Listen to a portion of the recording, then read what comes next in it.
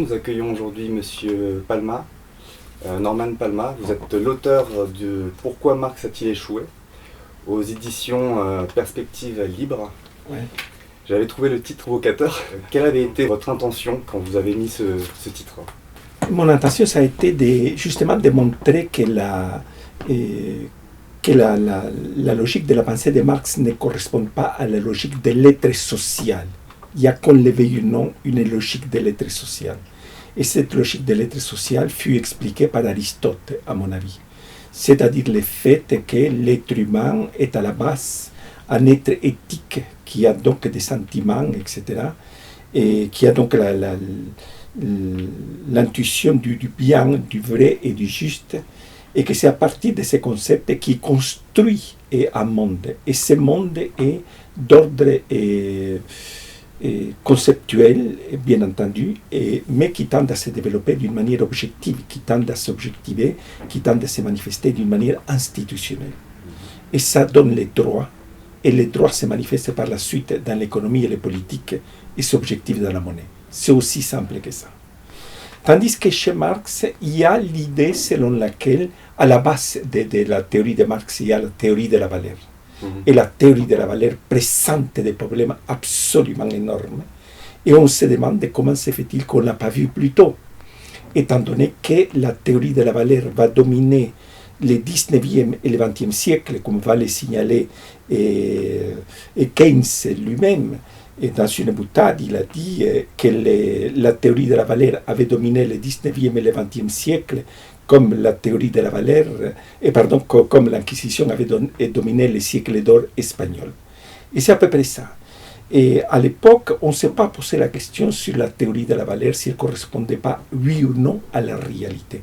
On l'a pris comme une sorte de vérité absolue. C'est la théorie de la valeur nous dit, à partir de Ricardo, que la valeur des marchandises est déterminée par le temps de travail nécessaire à leur production.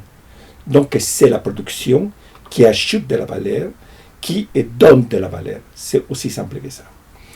Et Marx va ajouter socialement nécessaire.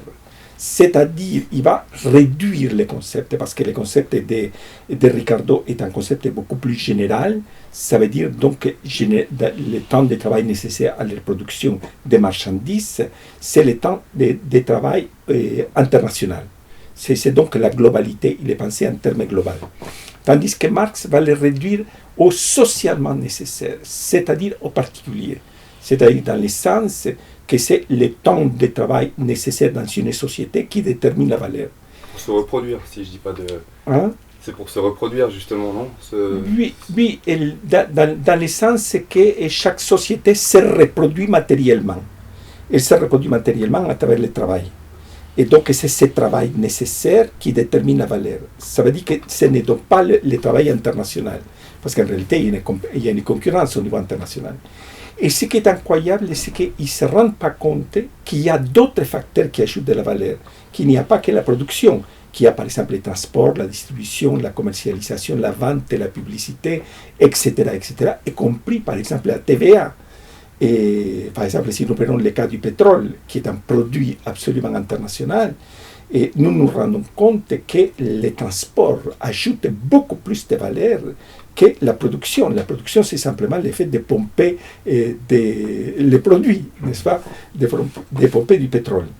Et par contre, les transports, il y a les assurances pour les transports, ces grands tankers, etc., qui se déplacent et qui coûtent terriblement cher, etc., ça ajoute une valeur beaucoup plus importante. Après, il y a la distribution, la commercialisation, la vente, etc. Et nous savons en plus, par exemple, dans le cas de la France, et pas simplement dans le cas de la France, et si nous le prenons comme modèle de toute la communauté européenne, la TIPP, les taxes internes pour les produits pétroliers, représentent 80% du prix final. Donc, il est impossible que cette marchandise puisse être vendue selon les principes de la valeur, donc selon le temps de travail nécessaire à la production. À ce moment-là, la valeur réelle donc, du pétrole serait de l'ordre de 1% de son prix final. Ça veut dire donc qu'il y a un écart énorme. Et ce qui est curieux, c'est qu'on ne s'est pas rendu compte. Et ça n'a pas été pris comme quelque chose disons, de simplement intellectuellement parlant, comme une sorte de principe intellectuel. Non, ça a été considéré comme une réalité. Par exemple, lorsque Lénine arrive au pouvoir, la première chose qu'il fait, il se rend compte donc très vite que la valeur des marchandises ne correspondait pas au temps nécessaire à la production, que par exemple les prix des poules dans la campagne étaient des temps de roubles, par contre dans la ville ça coûtait beaucoup plus. Et donc il disait que c'était des intermédiaires qui se sucraient. Donc c'est la raison pour laquelle il va ordonner qu'il fallait fusiller tous les intermédiaires, et c'est ça qui va conduire au communisme de guerre, c'est-à-dire au fait que les gens vont terminer par faire de l'anthropophagie. Et donc ça c'est une réalité. Et c'est par la suite qu'il va se rendre compte que les mécanismes du marché sont nécessaires, parce que le marché c'est le résultat des besoins que nous avons les uns des autres. Et donc les choses n'arrivent pas toutes seules, il faut les transporter, il faut les conditionner, il faut les distribuer, etc. Et donc tout ça ajoute de la valeur. Et c'est la raison pour laquelle il va revenir à la NEP, donc à la nouvelle politique économique. Et la nouvelle politique économique, c'est tout simplement la reconnaissance que les automatismes du marché doivent fonctionner nécessairement. Et que, bien entendu, il y a le rôle de l'État, parce que l'économie est un moment du politique. À la différence de Marx, par exemple, Aristote avait signalé une chose qui est très simple, c'est que l'économie contient ikos nomos, c'est-à-dire qu'il contient une partie du droit, c'est-à-dire que c'est une manifestation du droit, de la même façon que les politiques est une manifestation du droit, de la même façon, par exemple, que la monnaie est du droit objectivé, c'est une manifestation du droit. C'est la raison pour laquelle Aristote signalait avec beaucoup de raison que, par exemple, la monnaie en grec s'appelle nomisma, qui vient de nomos droit, c'est du droit objectivé.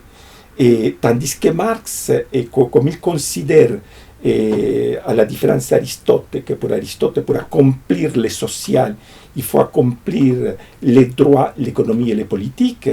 Et les droits s'accomplissent, bien entendu, suivant l'idée de la justice, c'est-à-dire parce que ça a une base éthique, les droits. Et c'est la raison pour laquelle Ulpian, le célèbre penseur du droit romain, disait jus a justitia appellatur, le droit fait appel à l'idée de la justice. Donc l'idée de la justice, c'est le principe universel qui détermine les droits et qui doit déterminer les droits. Et le droit est conforme à son essence à partir du moment où il est conforme à l'idée de la justice. Tandis que pour Marx, il s'agit le processus du social est le résultat des automatismes de l'histoire. Et les automatismes de l'histoire est le résultat tout simplement des automatismes de la dialectique de la nature, et de la philosophie de la dialectique, etc. C'est-à-dire qu'il y a un processus qui se met en marche et qui s'accomplit par ses propres lois. De la même façon, parce que pour Marx, ça vient de Hegel. Pour Hegel, par exemple, de la même façon que la nature passe du chaos à l'ordre et qu'il y a un processus d'accomplissement, parce que chez Kant, dans sa philosophie de la nature, Kant considère qu'il y a au point de départ, il y a le chaos, que par la suite il y a un ordre. Donc il y a un processus qui mène à l'ordre.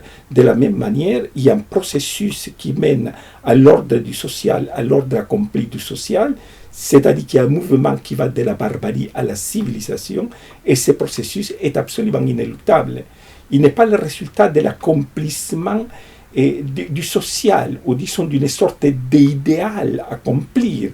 Non, ce sont des automatismes de l'histoire dans lesquels les droits, l'économie et la politique n'ont rien à faire, et que plutôt il s'agit de dépasser les droits, l'économie et la politique, de la même manière qu'il s'agit de dépasser la monnaie.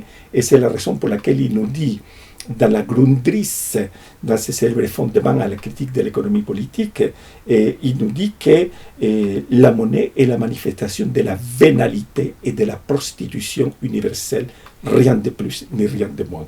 C'est quelque chose d'absolument terrible. Il ne s'est pas rendu compte que la monnaie est un phénomène essentiel, parce que, comme disait Aristote, il n'y a pas de vie sociale sans échange. Échange sans égalité, égalité sans commune mesure. C'est-à-dire que la monnaie a une base juridique, une base sociale fondamentale qui doit permettre l'accomplissement du social. C'est-à-dire que Marx considère qu'il faut dépasser la monnaie. Il faut dépasser la monnaie. C'est-à-dire que la monnaie existe dans le système du capitalisme, existe dans le système donc, de l'économie marchande, parce qu'il voit très bien qu'il y a une économie marchande qui est antérieure, par exemple que l'économie grecque, romaine, ou l'économie donc, de l'époque médiévale ou post-médiévale, etc. Et que puis il y a le capitalisme. Il ne sait pas exactement d'où vient le capitalisme, mais en tout cas, il se rend compte que la monnaie est quelque chose qui existe dans l'univers marchand. Mais pour lui, il s'agit de dépasser l'univers de la marchandise. C'est-à-dire qu'il s'agit non seulement de dépasser la monnaie, mais la valeur d'échange. Or, sans valeur d'échange, il n'y a pas d'échange. C'est donc le troc.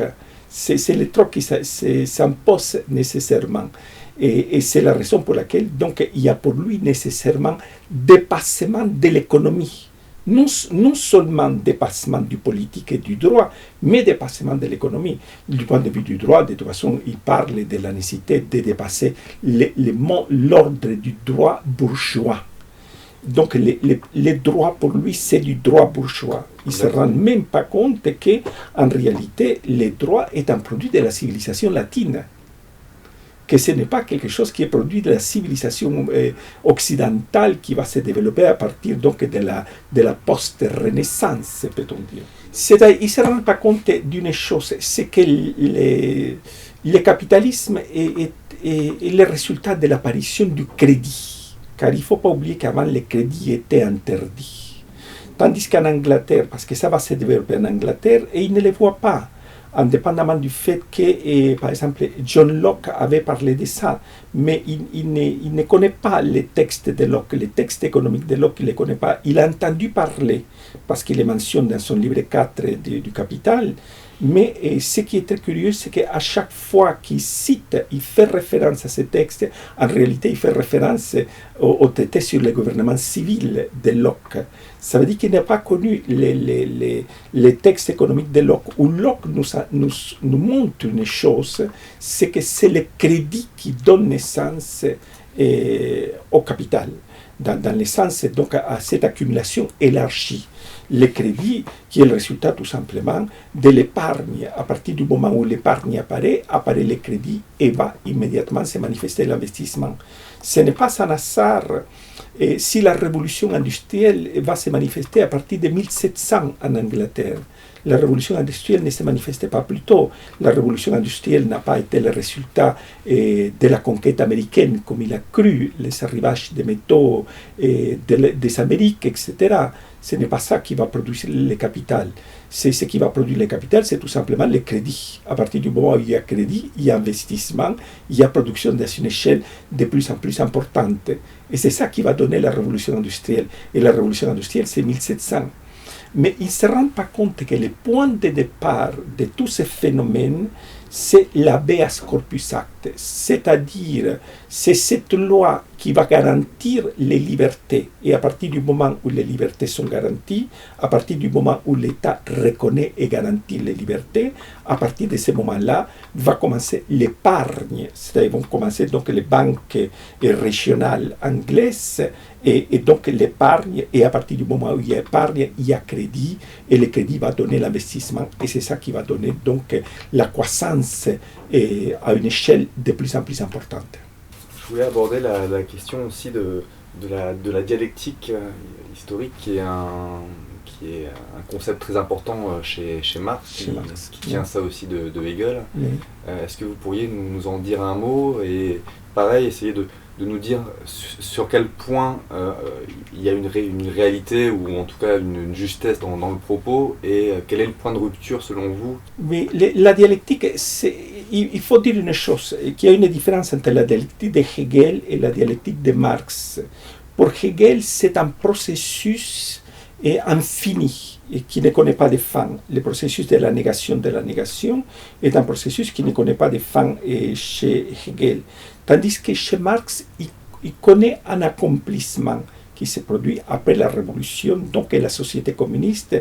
On arrive à une sorte de conciliation entre le positif et le négatif. Il n'y a plus de loi de contradiction. La loi de la contradiction disparaît et surmonté chez Marx dans le règne du communisme, par définition, il n'y a pas de contradiction, n'est-ce pas?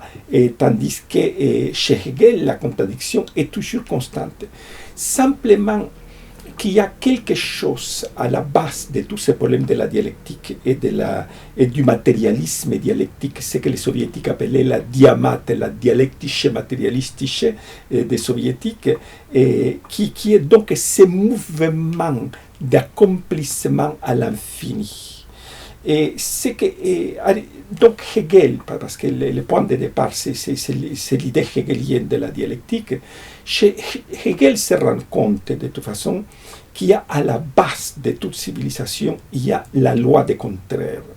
Il y a la loi des contraires qui se manifeste dans tout, que ce soit par exemple ce que nous disons, le fait d'être bien ou d'être mal, de se sentir bien, de se sentir mal, de se sentir plein de vie ou de se sentir au bord de la mort, etc., entre la vie et la mort, la naissance, etc., etc. Donc il y a toujours la loi des contraires. Simplement que cette loi des contraires, chaque civilisation va donner son explication de la loi des contraires, mais toutes les grandes civilisations anciennes ont très bien compris qu'il y avait une loi des contraires, comme par exemple les Chinois avec les yin et les yang, etc. C'est très simple de les comprendre. Tandis que les Grecs avaient exprimé, et surtout Aristote, avait exprimé le fait que la loi des contraires se manifeste de deux manières. D'un côté dans la nature, les négatifs s'opposent aux positifs, pour l'exprimer d'une façon très simple. Tandis que de l'autre côté, ça se manifeste au niveau de la culture, c'est-à-dire la loi éthique, c'est-à-dire concrètement le fait que l'injuste n'est pas l'autre du juste. Ce n'est pas la loi des contraires comme dans la nature, mais l'injuste est ce qui s'oppose au juste, soit par excès, soit par défaut. C'est-à-dire que donc il y a deux manifestations de la loi des contraires. La loi de la nature, qui est le négatif s'oppose au positif, et tandis que dans la culture, l'injuste s'oppose au juste, soit par excès, soit par défaut. Ça veut dire que le juste, c'est la ligne droite, et c'est ça qui va donner le concept de droit, c'est l'idée de la justice elle-même. Et donc, tout ce qui s'oppose à l'idée de la justice, soit par excès, soit par défaut, c'est ça qui va appeler donc l'injuste.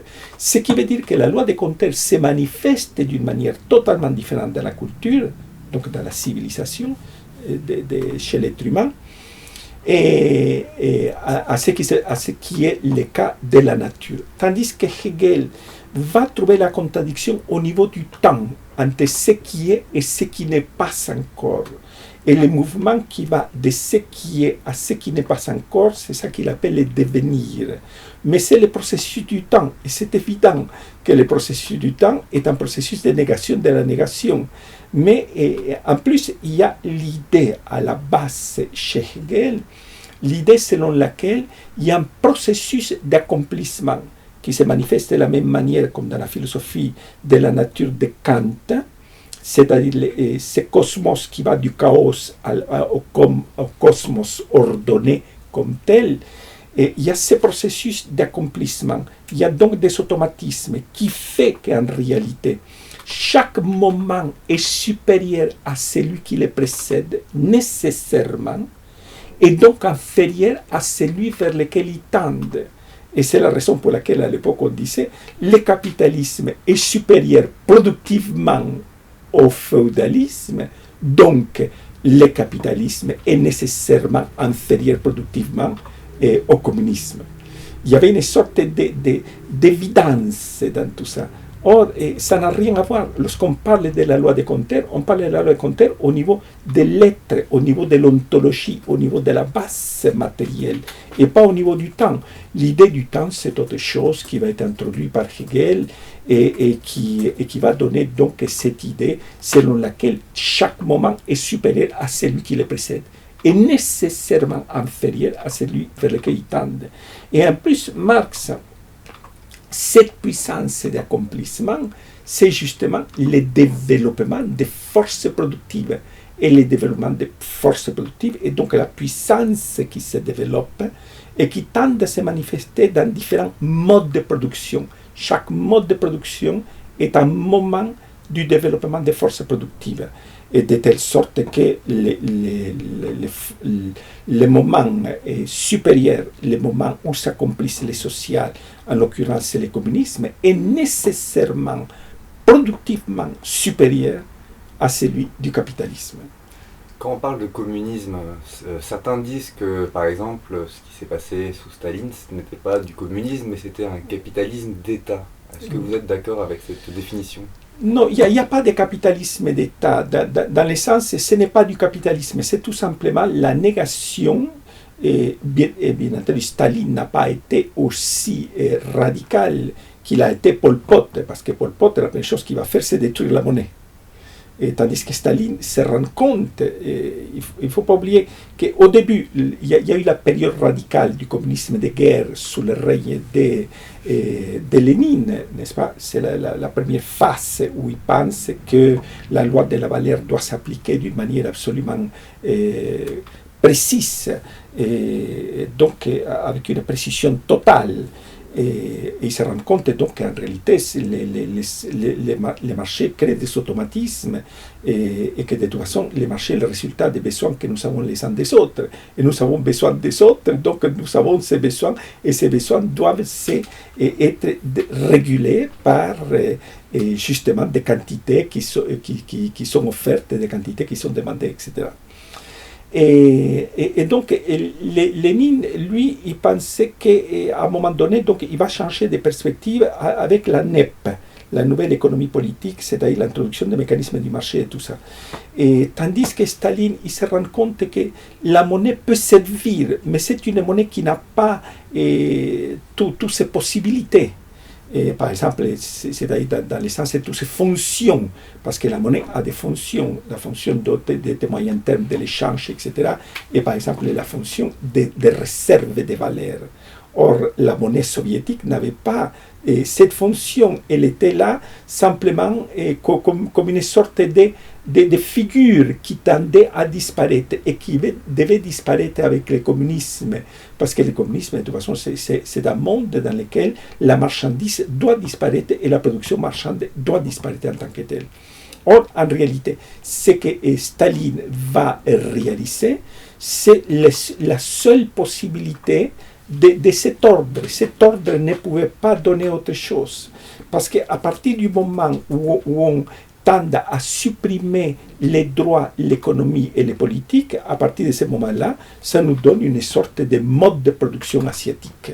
Et donc d'un système dans lequel il y a castification du social, création de castes, il y a disparition de la mobilité verticale. C'est-à-dire les seigneurs produisent seigneurs, comme dans le cas de la République de Platon, les seigneurs produisent seigneurs, les gardiens produisent gardiens, et le peuple produit du peuple.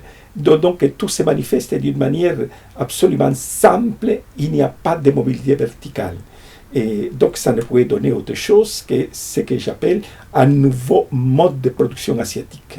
Et ce n'est pas du capitalisme d'État, parce que le capitalisme présuppose le crédit. Et dans ce monde, le crédit n'existait pas. Alors je vais changer un petit peu de sujet, mais il y avait une phrase qui m'avait plu, en tout cas dans votre livre. Vous parliez du rapprochement entre, on va dire, les théories de Marx et aussi le catholicisme, enfin le christianisme. Alors, les deux aspirent, on pourrait dire, à une société de l'être. En tout cas, je sais que Marx critique la société de l'avoir par la marchandise, etc. Il aspire à une société de l'être qui serait le communisme. Et l'Église catholique a ça aussi dans ses aspirations. Est-ce que vous pensez que c'est ça qui pourrait éventuellement rapprocher les... C'est ça qui va donner la théologie de la libération latino-américaine, qui est autre chose. C'est une sorte de synthèse entre Marx et le Christ. Le Christ comme étant donc celui qui cherche à satisfaire les besoins du pauvre, des misérables, n'est-ce pas? Il est vrai que l'Église, il ne faut pas l'oublier, l'Église était contre la marchandise, l'Église était contre le crédit. Elle s'est manifestée depuis son premier moment contre le crédit. D'ailleurs, la monnaie était considérée comme le crottin du diable. Dans la tradition catholique, c'était le mal du mal. Et de ce point de vue-là, il y a une sorte de coïncidence entre Marx et l'Église. Parce que l'Église était anti-marchande, ça c'est tout à fait évident. De la même façon, donc, que l'idée de Marx, c'est aller au-delà du règne de la marchandise. Et le problème, c'est que nous ne pouvons pas supprimer le règne de la marchandise, au moins de créer les conditions de l'existence des communautés de base qui puissent satisfaire les propres besoins. Donc, des communautés autonomes. Et nous ne sommes pas dans un monde où il y a des communautés autonomes, nous sommes dans un monde individualisé, où chacun doit satisfaire ses besoins et en accord, bien entendu, avec les principes du social. Et donc, cette idée de la théologie de la libération latino-américaine était une sorte de rupture du christianisme moderne, du christianisme récent en tout cas, n'est-ce pas, et par rapport au christianisme traditionnel, parce qu'il ne faut pas oublier que le christianisme était du côté des conquistadors. C'est-à-dire les conquistadors avaient une idéologie, c'était l'idéologie chrétienne qui sont appliquées totalement. Et donc c'était une sorte de négation par rapport au passé. Et doit être perçu comme tel. Et c'est à ce moment-là qu'il va y avoir, parce qu'au moment au début du XXe siècle, etc., après la Révolution mexicaine qui va être un échec, parce que la Révolution mexicaine ne va pas se réaliser pleinement. La Révolution mexicaine, donc en 1910, n'est-ce pas, la Révolution mexicaine voulait la répartition des terres, voulait la réforme agraire. C'était la femme fondamentale. Parce que les héritiers des conquistadors avaient accaparé toutes les terres, toutes les richesses. Et donc les peuples se trouvaient sans richesse, etc., sans moyens pour survivre. Et c'est la raison pour laquelle donc, va exploser d'une manière spontanée la révolution mexicaine. Mais l'élite du pouvoir, les descendants des conquistadors, c'est-à-dire les grandes familles là-bas, à un moment donné, vont s'organiser à partir de 1929, et ils vont organiser, dans le cas du Mexique précisément, les partis révolutionnaires et institutionnalisés mexicains. C'est-à-dire que ces partis où l'élite du pouvoir, les descendants des conquistadors, les grandes familles, et se donnent le pouvoir à tour de rôle. Celui qui accède au pouvoir donne le suivant, dit voilà, c'est ton tour maintenant, etc. Et chacun reste en tour, de telle sorte à pouvoir s'enrichir au maximum, et à pouvoir jouir justement de la chose publique, de l'appropriation de la chose publique. Et c'est la raison pour laquelle Vargas Llosa, l'écrivain péruvien prix Nobel de littérature, n'est-ce pas, a utilisé un terme qui est absolument extraordinaire pour parler de cette expérience dans laquelle la révolution mexicaine va se dépasser, qui est donc le parti révolutionnaire institutionnalisé mexicain. Il va l'appeler la dictature parfaite. Vous comprenez? Donc, en réalité, par la suite, il va y avoir une sorte de volonté de rupture par rapport à cette idéologie qui va s'appuyer sur l'Église, l'idéologie traditionnelle des grandes familles, etc. Et parce qu'en réalité, les terres américaines ont été une donation papale, et les donations papales se sont traduites par des donations aux grands conquistadors. Et c'est ça qui va donner donc les grandes familles, ces grands propriétaires, parce que les pays latino-américains sont des pays extrêmement inégalitaires, où donc une minorité infime contrôle toutes les richesses, et le reste du peuple n'a rien. Il n'y a pas de classe moyenne. Et donc c'est contre ça qui va se développer cette tentative de la théologie de la libération pour faire donc de Marx et du Christ à peu près la même chose. Donc une sorte de conciliation dans le sens d'un dépassement du règne de la marchandise et un dépassement des inégalités sociales propres à ce monde. Je pose une dernière question. Selon vous, quels sont les outils que Marx a pu fournir qui sont encore valides aujourd'hui, en tout cas selon votre grille d'analyse? Oui, ce qui est très curieux, c'est que parce qu'on m'a déjà posé la question plusieurs fois, et donc qu'est-ce qui subsiste de Marx, qu'est-ce qu'il faut garder de Marx, etc. À mon avis, il faut garder son esprit critique. C'est la seule chose. Parce que si on regarde, par exemple, son idée de la négation de l'économie ou la négation de la monnaie, c'est quelque chose d'absolument problématique. Et que si on détruit la monnaie, on détruit l'ordre social. Parce que la monnaie est en même temps les centres principales, c'est le cœur de l'économie et c'est la colonne vertébrale de l'ordre social. Et nous sommes en train de le vivre avec une crise monétaire telle que nous la connaissons actuellement. Nous sommes en train de vivre une crise absolument terrible parce que le problème à la base, ce n'est pas une crise économique, c'est une crise monétaire. Et donc, à partir du moment où on déstabilise la monnaie, on déstabilise la totalité de l'ordre social. Et en créant en plus des conditions d'inégalité de plus en plus grandes, parce que les inégalités tendent à augmenter. Et de ce point de vue-là, les pays développés tendent à s'approcher aux pays sous-développés dans lesquels donc, les richesses sont détenues par une infime minorité et la grande majorité n'a rien. Donc on se trouve en train de dépasser les conditions de ce qui avait été à une époque l'idée de la création d'un État-providence. Disons, les termes l'État-providence qu'on dit qu'elle a commencé avec Roosevelt, etc. Mais en réalité, l'idée de base, c'est l'idée de la justice contributive et de la justice distributive qui doivent créer les conditions du nivellement social. Eh bien, merci Norman Palma. Merci. Je rappelle donc que vous êtes l'auteur de Pourquoi Marx a-t-il échoué, disponible aux éditions Perspectives Libres. Merci infiniment.